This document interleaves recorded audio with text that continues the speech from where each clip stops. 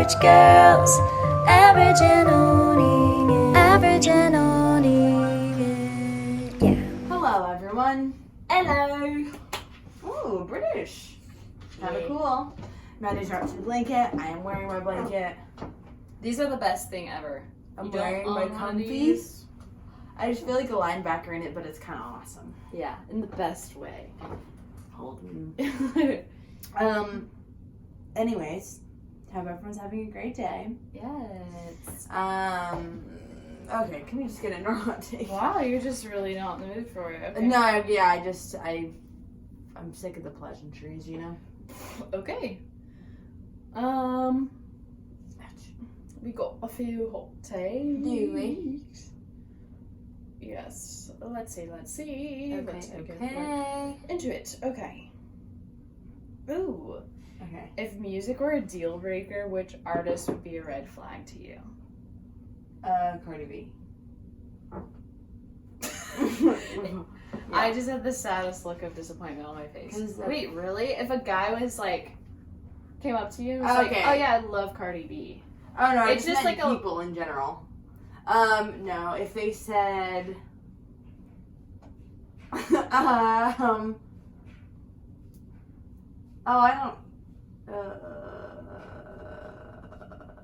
don't know. What's yours? I have a thing against anyone who puts on Halsey or Meghan Trainor. Who would do that? That's what I'm saying, like a crazy person. Oh, well, yeah. If I'm in a car with a guy and he's like, "Hey, can I put on this song?" and he put on All About That Bass. Yes, even like a girl. If I met a girl and I was hanging out with her and like didn't really know her super well, and she put on Halsey, anything Halsey, I would be like, Yeah, I just don't know. this is who we are. This is what we stand for? Honestly, I would say Taylor Swift, but here's the thing. Olivia Rodrigo, she put out that driver's license song, right? Mm-hmm. It's just... I'm surprised you liked that song. I like that song. You were surprised. Yeah. It's not that I don't like sad music. We've established this. But if Taylor Swift was singing that song, I don't think I'd like it. But I think you just don't like her. That's what I'm If saying. that's your thing, is that you feel like if you knew her, you wouldn't like her. Mm-hmm. And that's why it's a red flag to me if somebody, like, loves Taylor Swift. I'm like... Well, half of your friends do, so clearly it's not... That's not true for you. No, it is. No, but your best friends all love her. Define best friends. You just get so sad. Okay. You, Sharon... Bella. And Bella like her. You're my only friends that like her. But we're three of your best friends. Yeah, but I have more best friends. Well, no, I know you have more best friends, but I'm saying it's like clearly there's at least three against the rule. It clearly can't. Can it be a rule anymore? I only have friends on the East Coast who like Taylor Swift. I don't want to talk about this because it makes me mad. Okay, next question. Oops, this way. Ooh. If you died and became a guardian angel, who would you watch over? Oh, I watch with my little cousins. Your cousins? Mm-hmm. Cute. Yeah, I just love them. And I if think anyone ever hurts their feelings, I'll kill them. I think mine would be my niece and nephew. Yeah. Oh, We're so nice. or my Or, mom. I would watch over my students. They need guardian angels. Oh, granted, I guess everyone does. Yeah. Hell, I need a guardian angel. Where mine been? Ooh, this is a good one. Is romantic love between two people always unequal?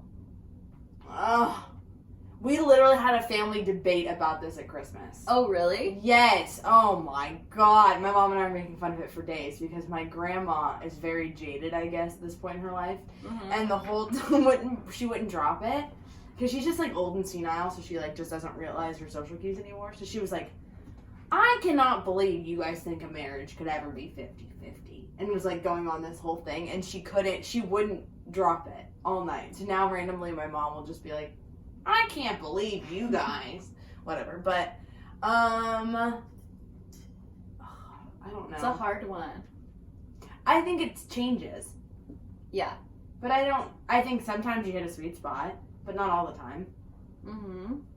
Because I think sometimes it's like somebody can only give 40 and so you have to give 60. But does that mean that they love them less? No. But that's the question. No. Is love always equal? No. I think love's the attempt to get it as equal as possible. Sometimes you're going to be good at it, sometimes you won't. So the answer for you is not always.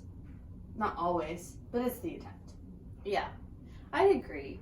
I think there's definitely moments, especially when it comes to like being healthy, where you are in a better place to love them Yes. fully. Yes. And I think that's what makes a good partnership. Is like it's usually one person being strong, helping the other. When and you like like counter when it's each other. unequal, it's like it's okay to be unequal for a while. Right, and then yes, I agree. You do like sometimes get that sweet spot of like that season where it's just like, ooh, this is good. Ooh. Okay, cool. So sort of. We're geniuses. Okay. Okay. If you were to make a playlist to match your personality, what are 3 songs that you would have on it? Oh, I literally just made a My Comfort Songs playlist, and I feel like it's gonna be that. So wait, does it have to be like lyrics or just like the song in itself? No, just a song. Okay. Love You for a Long Time, Maggie Rogers. Okay, I do love that song. Why Georgia, John Mayer. Okay. A classic.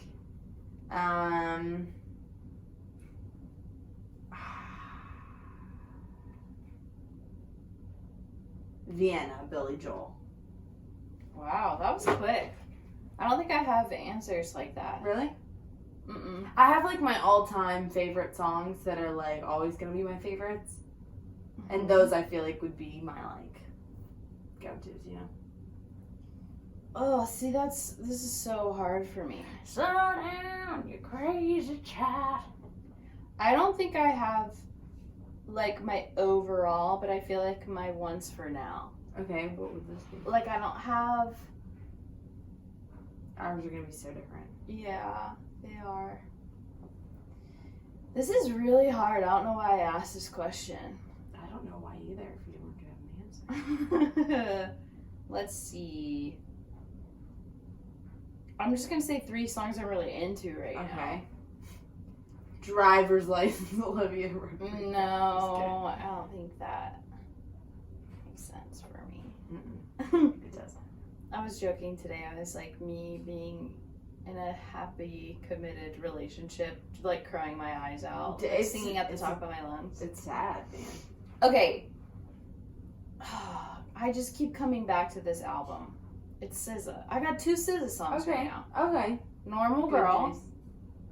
Have to. Mm-hmm. Good Days. Have to. That song just does something to me. That one's a good one. I like can't that. explain it. I really can't. Yeah. And Girl Like Me. Featuring her. You know Jasmine Sullivan? No. Let Me Just Put You On. Oh, God. It's so good. Is it? Okay. I can't stop listening to it. But those are like my right now. Like that's gonna be different in 6 months. Okay. Maybe. I don't know. SZA's the last album she gave us. I just can't move past it. It's hard to. She makes it hard. It's been since 2017. I listened to the album at least 4 times a week. Just the album straight through? Not straight through, but like I listened to songs off the album literally easily 3 times a week. Next question is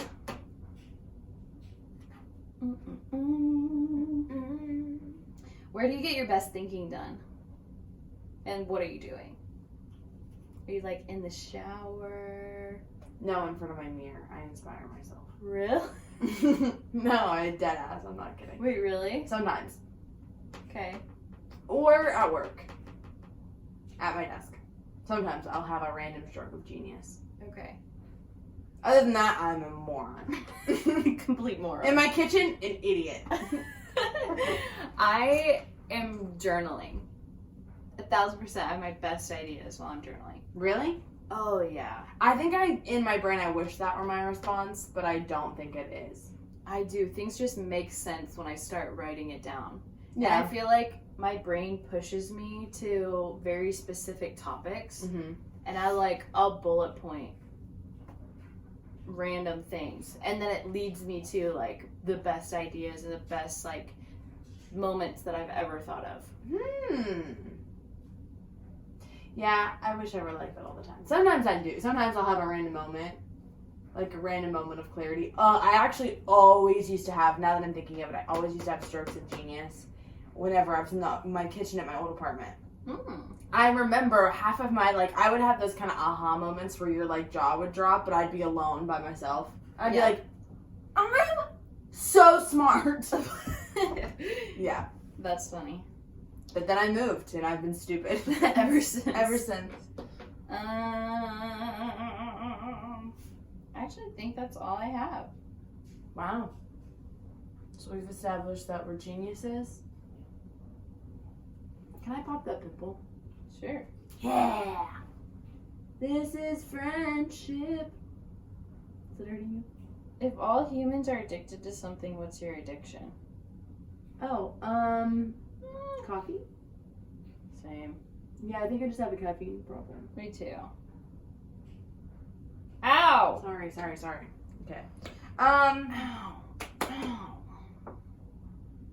Why are you holding that side of your head? I'm just pushing my hair back to where it's supposed to be now that you messed Oh, sorry, did I? Anyhow, we've established a lot. I asked Maddie if she wanted an unsolved murder or... Nope, an unsolved murder or an unsolved... Oh, I told you I became an idiot whenever I moved into this house. A solved murder case Uh-huh. or an unsolved murder case? And you chose...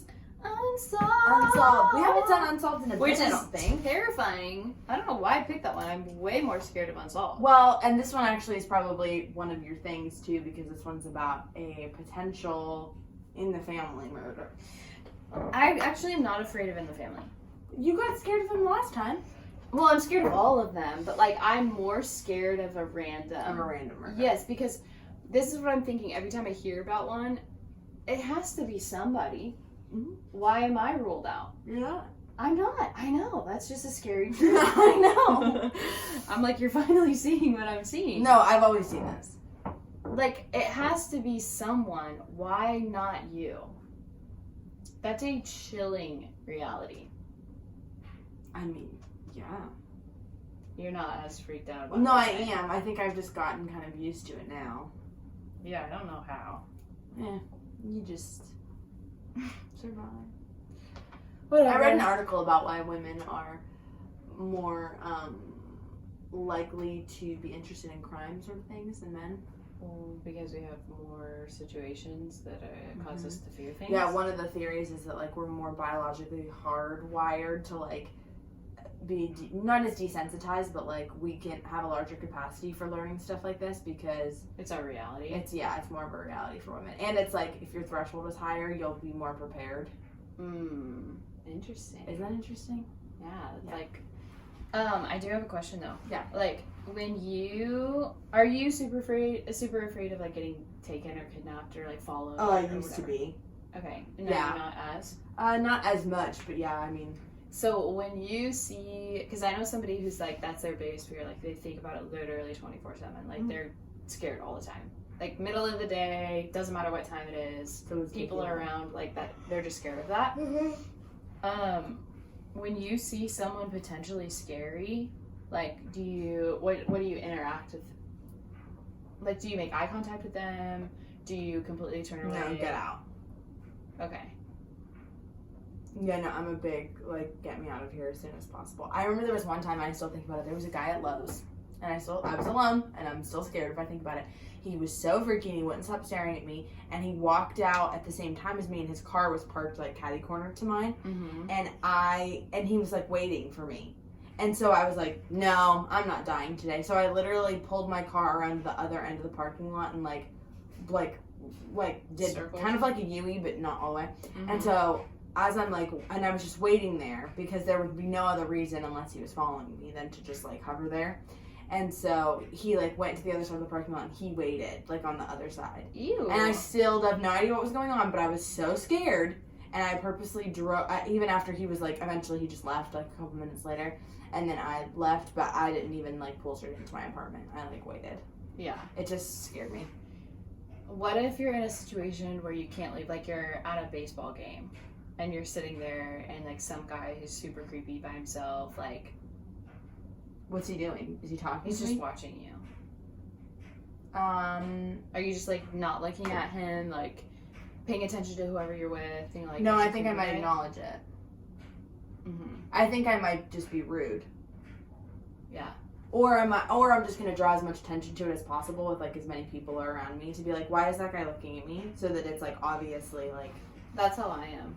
Whenever I see anybody like in the store that I think is creepy, I will straight up look at them like this until they look away, and then they'll look back and I'm still looking at them. Like, Try me. If you try anything, I will go crazy. You actually would. Yeah. If you try anything, I will go crazy. Like, I make sure that they know that I know they're looking at me. Okay. Like, I I mean, it's acknowledge smart. it. Like, every single time. So you're not getting kidnapped. Also, where I popped that pimple in your head is It's just so blaming red. it. I know, my skin is so sensitive. I'm just not gonna turn. One time Towards the I just camera was at all. I was trying to see if I could find any pimples on Maddie's back, and I was literally just like pressing fingertips on her, and her whole back was just completely inflamed. I know. That was scary. This one guy the other day at Target, actually, he was like looking at me, like he was driving and I was walking to my car. He was looking at me like from like front on, and then obviously I was like passing him, and he was like looking like this. Gross. I hate when men do that. And I straight up, like, you know the rat face where you like, Yeah, you told me about that. I straight up was like, like, I like didn't- mocking. yeah, You'd and be he's like, ew. Yeah, I just wanted him to be like, oh wait. Oh, she's weird. Yeah. She's not this idealized girl I would have kidnapped. She's fucking weird. She's crazy. I was like, You thought you were the crazy one. I'm the crazy yeah, one. I feel like that's the trick. Like, you just have to out crazy them before. No, that's what they say. If someone breaks into your house, you should be as weird as possible. Yeah. I don't know if I would remember to do that. I like, don't think I if would they either. broke in my house. You just have to like make ape noises and charge at them. Yeah, and, like scratch your butt. Oh, that would be exactly what you would do. Can Christ. you imagine a killer's in my house and I'm like,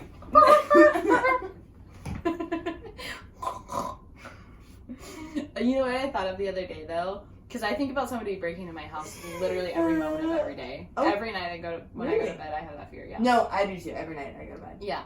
And I was thinking about how you're supposed to tell them, like, I have a mom and her name is Mary, and I have a niece and nephew. What's your mom's name? Like, just going crazy like that, like trying to humanize the situation. Do you think you'd remember to do that? Yes. I think about that every time. Okay. I think I would remember to do that, but there's a caveat to that though, because if they're a sociopath or a psychopath or like a sexual sadist, they get pleasure out of that. So it might completely backfire, depending on who it is. So I'm just gonna stick to making monkey noises and scratching my butt. That is gonna work. That's foolproof. Perfect. No one. That's all I needed to know. There is no murderer that has that kink. You are serving no one but you, which is what you want to do in the event that there's an attempted murder. Ugh, so scary. Anyways. Maybe one of these days we should just make an episode of Survival Guide tips in case you're ever in a sticky situation. Okay. Okay. Okay. All right. So we're gonna go murder, and we're gonna go back to we're not gonna murder the verb. I'm saying we're gonna go to the topic to of the murder. It's literally midnight, and I'm like, you'd think I'm having a stroke right now. I need to like figure out what's going on. Okay. Bay Village, Ohio, 1954. Sam Sheppard wakes up on a rocky beach in Lake Erie. Oh. He has no idea how he got there. He has a terrible headache. He feels water lapping on his leg. That's what wakes him up. And he realizes that there has been a horrible, horrible accident. July 4th of 1954, Marilyn and Sam Sheppard had friends over that night at their little, like, cute beach house on Lake Erie. Mm-hmm. And so they had decided that night they were going to watch a movie with their friends after dinner. And Sam lays down in the daybed to watch the movie with their friends, but he ends up falling asleep. But whenever he wakes up, he is awoken to screaming of his name. It's really dark in the house, but he can hear that there was a struggle happening upstairs. So he's groggy, and he runs upstairs, and his eyes are like still adjusting to the light, but he sees a light silhouette standing over his bed that he shares with his wife. His wife is in the bed. He referred to it as a biped form, which would just be a form with 2 legs. Why he didn't just say a person, I'm not exactly sure. He is then, at that point, struck in the head and rendered unconscious from behind. They aren't sure if that meant that there were 2 people there, because he's seeing someone, and then he's hit in the head from behind. And his wife is asleep. No, his wife is being attacked. She was the one screaming for Sam. He regains consciousness at one point, and he sees that Marilyn is just very bloody in the bed. But he hears that there is someone downstairs. So he goes downstairs where he sees that this form is standing by the window. When this person sees him, it dashes outside and he just goes running down the beach. Now Sam follows him out to the beach outside of their house, and they're like just running on the beach. As he's running, Follows him. Wow. he blacks out because he's just been hit in the head. And he wakes up to the waves breaking over him. He staggers inside, sees that his son is asleep, and then he goes to Marilyn. And he knows whenever he sees her that she's dead. His kid just slept through all this? Yes, in the other room. No way. He is asked to describe this man that he saw as the attacker for his wife, and said that he was tall and bushy-haired. He has been knocked out twice, but he's oddly very composed. And he decides, in the event that before he ends up calling the police, he calls first the mayor. Because he's close with the mayor, which that comes into play as to why that is in a second. Because they're they're the socialites of Bay Village, Ohio. Okay. This is post World War II America. It's white picket fences. Sam and Marilyn Sheppard are like the chef's kiss of a couple. They were high school sweethearts. They're both super charming, super polite, really smart. They have one son named Chip. And yeah, like this is like Leave It to Beaverland. They had a really close suburban neighborhood, the whole bit. Now, I'm never moving to a cool, calm suburban neighborhood because this is where all the crap goes down. Well, no, these are just the stories that we tell, but then there's other crazy things depending on where you I know, but they're always in the unsuspecting, quiet hometown. Yeah, but then you go to a place that isn't unsuspecting; it's suspecting for a reason. Because this stuff happens all the time. So where do I live? I don't know. Here seems fine. We just had a double homicide. Yeah, but it was the first one in like 35 years. Just don't be that family. Yeah, I don't want anyone to know me. Yeah, that's I don't want to be in any social status. I don't want to have too much money. Like, I want to be kind of ugly, kind of stupid. Yeah. And that way Not no one enough will of kill anything. me. Not enough of anything. Because what are they going to kill you for? For fun? For sport? Oh my gosh, some people do that. Some people do that. Just won't be you. What? Huh? Okay. The crime scene is covered in blood. Marilyn is in bed. Her head has been bashed in beyond recognition. They said it was about 35 blows. Oh my god. She has defensive wounds all over her. She has broken nails and teeth. So she was clearly like fighting to the death. There's bruising on her ring finger around the knuckle. Her pajama bottoms are removed from her left leg and then tucked under her right leg. So they think that could have meant they were trying to take off her pajama pants, but in an attempt to sexually assault her. As they're examining the body of Marilyn, they discover that she is 4 months pregnant. Yeah. Drawers all over the house have been rifled through. There's a doctor's bag that has been dumped over. There are no clear prints that the fingerprint technician can find, which they think is weird because if it's just a scene of complete chaos, this person was too careful to like take all of the fingerprints off. So Sam is taken to the hospital by his brother, who is also a doctor. Did I mention that Sam is a doctor? Okay, so Sam is a very notorious doctor. See, too smart, too rich. That's why I'm stupid. It's by choice, so I don't get murdered. So I can just fly under the radar. Yeah. They take him to Bayview Hospital. The problem is that Bayview Hospital is owned by the Sheppard family. Oh, you keep sounding like you say baby hospital. Baby hospital? Bayview Hospital? Baby Hospital. They go to the baby hospital. As Sam is a baby. He's a little shrimp, and so they take him there. And they say, little baby. That's horrible. Sam and his 2 brothers are both doctors, and his father also is a doctor and works there. So it's like it's a whole family affair. Yeah. So the brother's the one who said that he needed medical attention, conveniently. So the doctor comes to the hospital, and then they question him while he's there about the events of the night before. I love the pin. So the time of death for Marilyn is around 3 o'clock to 4:45 a.m. Now the thing is, Sam calls for help at 5:41 a.m. So like a pretty long period of time has passed at this point. Is it because he passed out? He says that he was trying to get his bearings after he had just passed out. He starts to get defensive when they start asking too many questions about this time frame though, and so the interview's cut short. Sam's medical report comes back. He has no scratching or defensive wounds, so it doesn't look like he was being scratched or attacked. He does have a concussion. He's really sensitive to light.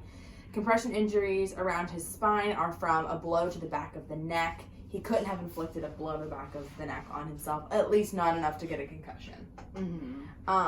But Sam is a doctor. If anyone knows how to fake a concussion, it's probably him. Okay. But, I mean, it still feels like something that would be hard to do. Their next idea is to talk to the housekeeper, the window washer, and their babysitter, but none of them turn up. You know you're rich when you got a window washer. Well, I have a window washer. Excuse me. No, I don't. For these windows? For my. If you got a window washer, they'd be messing up on the left side of your house.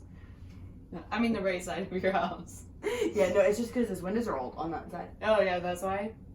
They're clean, theirs old. It's not because your window washer just keeps messing that spot. My window washer, he's not very good. We don't pay him well. He lives in your crawl space. Yeah, he's been making noise. He doesn't pay us. He's been rent. scratching the pipes.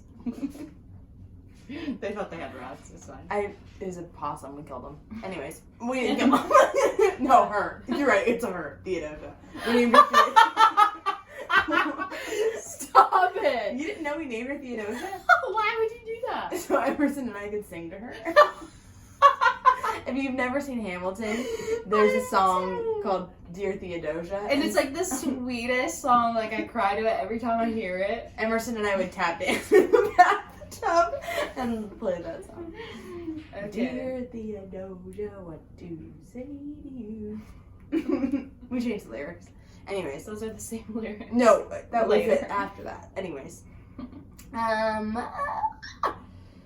They start talking to their neighbors. A neighbor says that at 2:30 a.m. they had looked outside because they heard something loud, which never in my life have I done that. They saw a tall, bushy man with a light shirt outside of the Sheppard house. Another neighbor says that he saw someone at 4:30 with bushy hair that was very tall. Out of the beach. Is this guy bushy haired and very tall? No, Sam Sheppard isn't. Oh, he's little. Don't call him. Why? He's little and He's at the baby hospital. he's little. He has a buzz cut, and he's at the baby hospital. He's 3 feet tall. Stop. This is awful. Unless he's the killer. I don't feel bad. I went on a date last week, and whenever I was picking the guy from the airport, I said, I have a feeling you're gonna get out. I just wanted to make him mad. I said, I have a feeling you're gonna get out of the car, and what if you're 3 feet tall? He was like, wouldn't you know that already? And I was just thinking, how funny would it be if he got out and he's 4'10"? No, but I mean like ridiculously short. Not even 4'10" is so small. No, but I'm not even thinking like, I'm thinking like it just looks like a tall man, but just is shrunken. Okay. Wouldn't that be funny? No, you'd be so pissed. No, I know, that's what I said.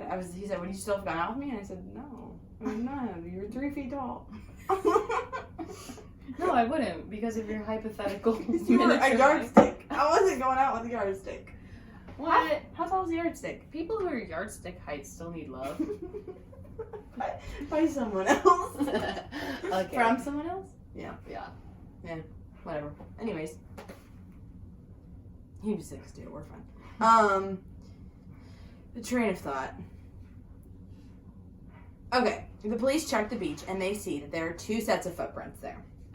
They find a green bag as well as what was a watch of Dr. Sheppard's, a keychain, and some other house items. The doctor said that he had sustained serious injuries, and a nurse said that she remembers his feet were totally pruny. The doctors say that all of this would not have been possible to fake. That is Unless he had a bearing that all of this is true. Unless he had a hot tub. You could just stick his Did feet. they have hot tubs in 1954? Let's look up when the hot tub was invented. The hot tub. The hot tub. So Hot tubs were invented in 1968. so there wasn't a hot tub. Hot bath. Why would he be in a hot bath? To prune his toes. I don't. You make a good point. Okay. I guess he could have just been. I guess water was invented long before this, so I'm not sure. Okay. So, Nancy was Marilyn's best friend. So, Marilyn says that, of course, she and Sam fought. She reveals that Sam had had affairs with some of the nurses at the hospital. Marilyn found out, had confronted Sam, who would blow up in response, and they'd have these really big blowout arguments. But when they asked if he had marriage troubles, he said not at all. So he's lying. Yeah. Sam had actually a few affairs that had gone on for years. Sam told Marilyn that he wanted to get a divorce, but he was talked out of it by his family, and this is the 1950s, so it's not super common for people to get divorces anyways. Yeah. So we have a potentially staged crime scene. We have a weird story, because this is a very weird turn of events, because what's the motive for someone if it's not Sam? There is a motive from Sam, technically, to get rid of his wife. The police are hesitant to charge Sam because his family is so prominent in the area, but there's a leak to the press from the police department. The Cleveland Press starts to campaign against Sheppard, basically like saying that they had all these suspicions about him. Eventually, Sam Sheppard is indicted for his wife, Marilyn Sheppard's murder. The trial starts 3 months after the murder takes place, and in those days, the press had access to the jury. So the press is like getting all of this information from the jury about how things are going down. They can easily be swayed one way or another. Their names and addresses are published and everything, the jury members. Whoa. Very different time. So, basically the prosecution's aim is that Sam Sheppard is tired of his marriage. He wants out, so he beats his wife to death. Ugh. The defense says that Sam Sheppard takes the stand as a witness to the crime. He has a particular way of talking so that people will think that he sounds super smart. He's very formal, and he's just a witness to how this big assault took place. So the jury deliberates for a few hours. The jury deliberates and finds that Sam is guilty of the murder of his wife, and he is sentenced to life in prison. Whoa. But of course, he does appeal this. He says that he didn't get a fair trial because of the jury. The appeal is rejected several times by the state of Ohio, but eventually F. Lee Bailey, his new attorney, is able to present the case that Sam's constitutional rights to a fair trial had been violated by the media. His conviction was overturned, but 12 years after the murder of his wife, he has to have a new trial. 12 years later. Whoa. Yeah. So he's in prison for 12 years. Yes. So there's a guy named Dr. Kirk who's considered a blood expert in blood stain pattern analysis. He's considered the father of this new forensic science. He is apparently like the guy to go to. So the Sheppard family uses resources to hire this guy because they have a lot of money. He basically says that whenever he's hired is my only loyalty is to the evidence. I don't care if you're the ones that paid me. I'm just going to present the findings as they are. And if they don't agree with you, sucks. They're not in your favor. Yeah. Like tough cookies. Yes. He does an in-depth analysis of the murder with the blood spatter residue.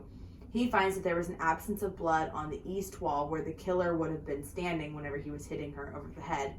He figures out where exactly the killer was standing. The killer would be covered in blood. Because of the beating. Right. Mm-hmm. The thing is, Sam was not covered in blood when they found him.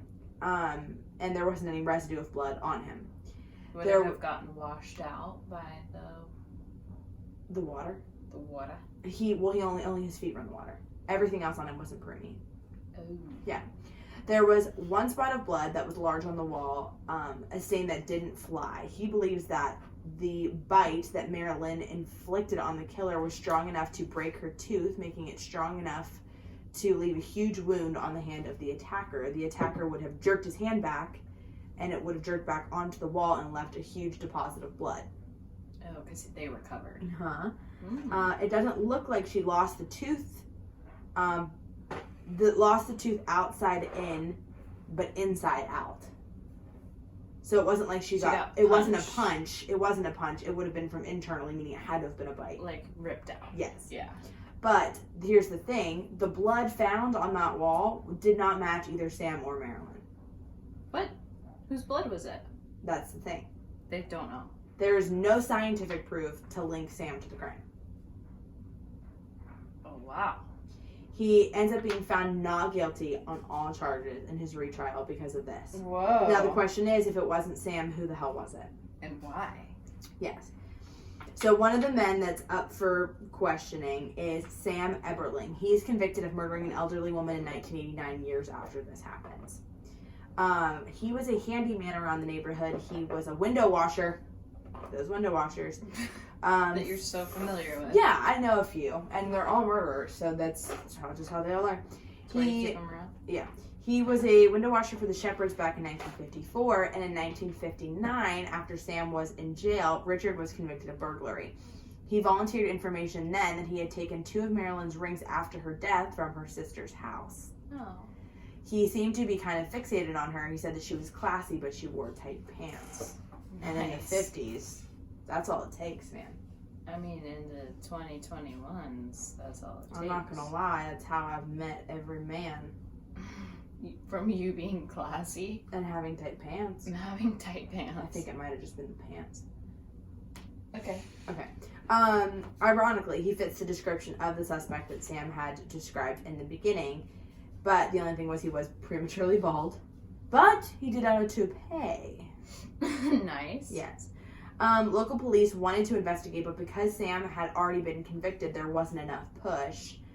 Now that Eberling is a convicted murderer, they have enough to look more into him for the murder. Mm-hmm. Now here's the thing. The DNA of the blood spot on the wall that isn't Sam or Marilyn's, Yeah. it excludes 98% of the population. The only 2% of the world's population could be the killer. Eberling is among that 2%. What? Yeah. He matches that DNA pattern. What? Yeah. But, here's the thing, he passes a polygraph test. So? And that's what I said. I literally have, which is If BS he's on part here. of the 2% and he's already killed somebody? Mm-hmm. Yep. But no charges are ever brought against him. An interviewer who said that he met with Eberling several times said that he definitely did it. And he also has a deathbed confession where he says, that bitch bit the hell out of me. So it was for sure him. That's what I think. Quote unquote unsolved. That now he says that here's the theory. He came into the house obsessed with Marilyn. The door was unlocked.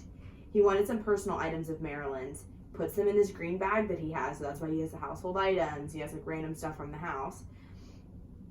Sam's asleep in the daybed. He goes upstairs, sees Marilyn is in bed alone, decides to take the opportunity, beats her up, uses the heavy flashlight as a weapon, and then Sam comes upstairs.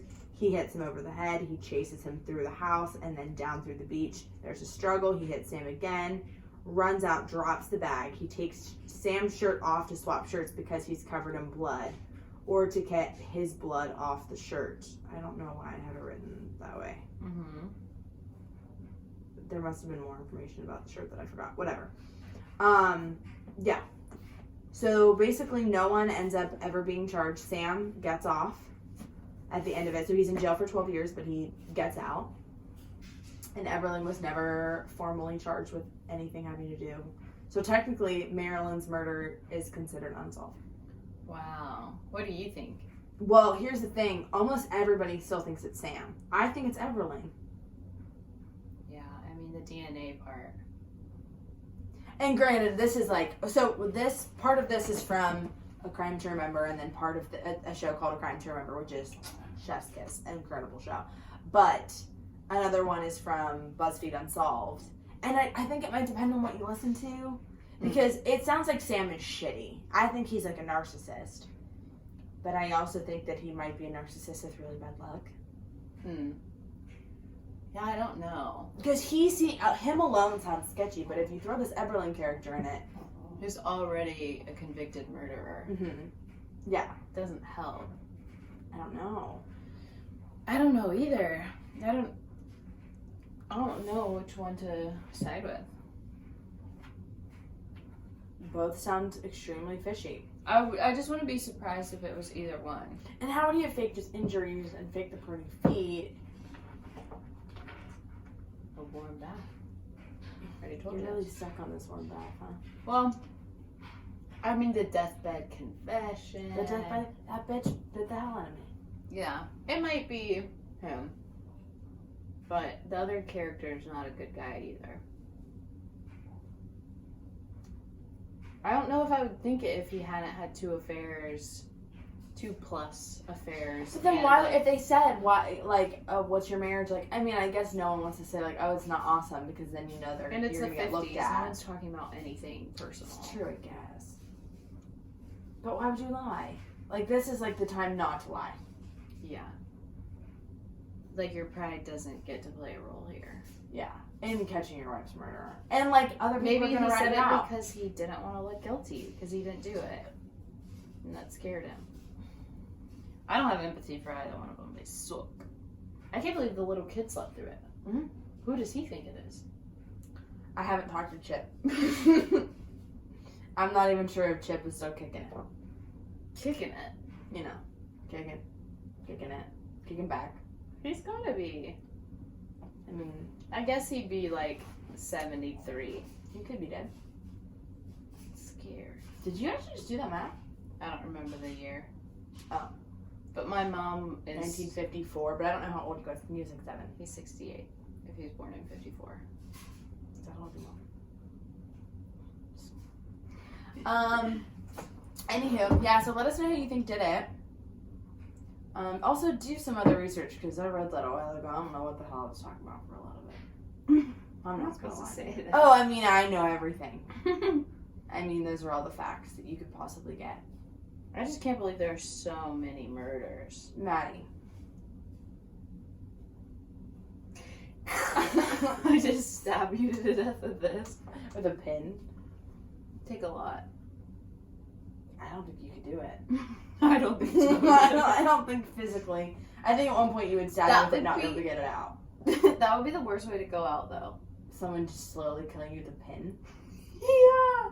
I don't know. I can think of a lot of They terrible ways to strap go you out. down and they just poke you millions of times until your body just bleeds out all of these little holes. I mean, I just don't think it's physically possible. I think the worst way would be like the H.H. Holmes limb from limb way. I think about that a lot. Ugh. In horror. But I've heard that the worst thing ever is to be on fire. Yeah, I believe that. No, but here's the thing, it's only bad for like 5 seconds. It's the worst thing for 5 seconds, and then you don't have any nerves left. Yeah, that's true. It would be awful to get your bones broken.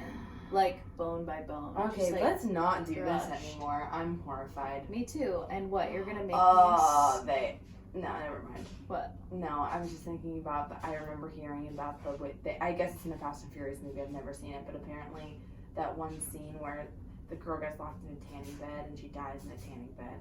Oh, that's in, what are those movies about all those ways to die? I have no idea. You know those movies are literally about, like, sure. so many ways to die. Something to die, to die, to die. 1,000 Ways to Die? No, that's a show. I thought we were talking about shows. I don't know what's happening anymore. Okay, well, that's that.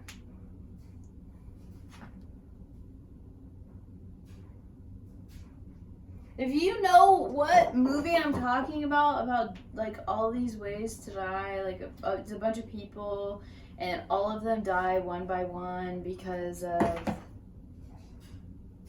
different reasons and they see it coming and then they die in the same Saw? way. No, it's like one person has a vision of like everybody dying on like a certain thing. I really thought it was Fast and Furious this happened. And then it happens one by one and they die the same exact way, but a different way. Like if somebody Same got... exact way, but a different way. Ugh, okay, whatever. Goodbye! Bye! Average and only